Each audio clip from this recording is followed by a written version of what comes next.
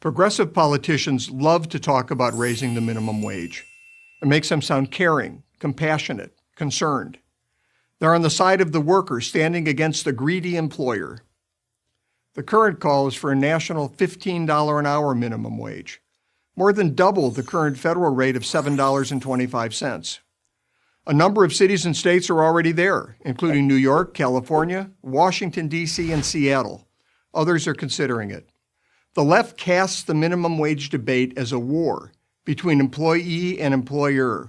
But most business owners pay their workers as much as they can.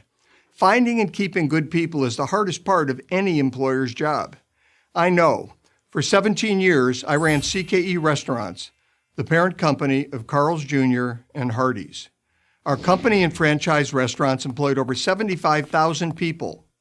But as with most retail businesses, our profit margins were razor thin. Based on my experience, if we adopt the national minimum wage of $15, here's what will happen. 1, a lot of people will lose their jobs or have their hours reduced. According to a 2014 Congressional Budget Office study, just a $10 minimum wage would cost 500,000 jobs as businesses terminate employees.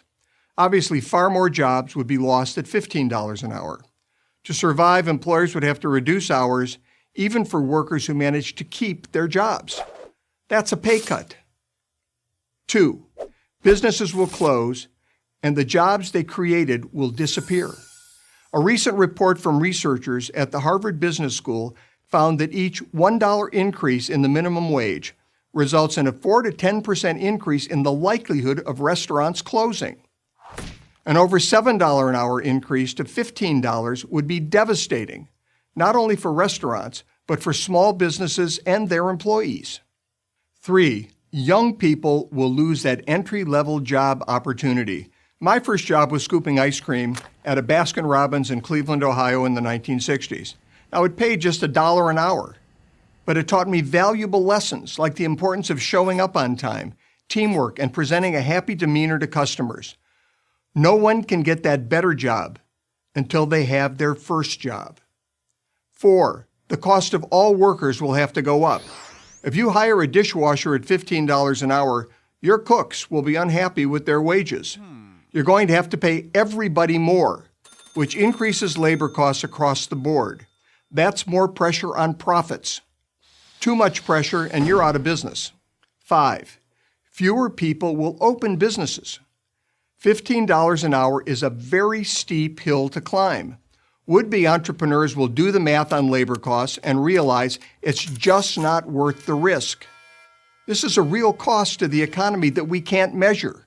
A company that never exists never employs anyone.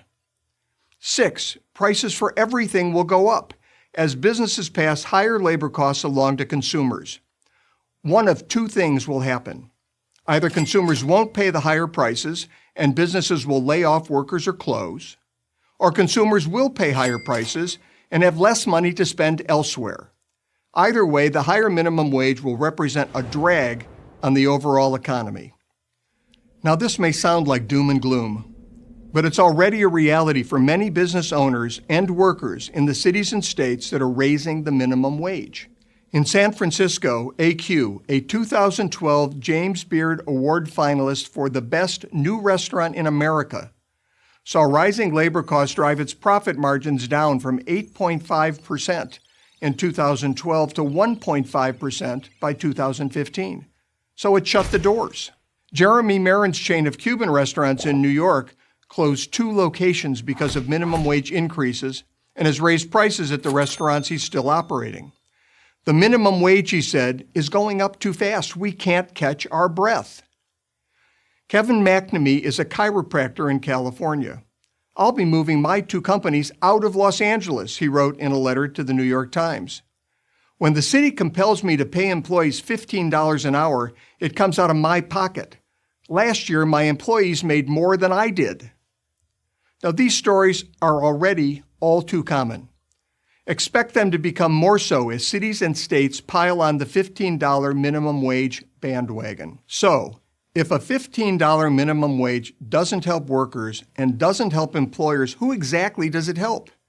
Well, maybe just the progressive politicians who manage to mislead voters into believing that it's the right thing to do. Sounding caring, compassionate, and concerned is all well and good, but having a job is better. I'm Andy Puzder for Prager University. PragerU teaches what isn't taught. This video is just one example. Please consider making a donation. It matters.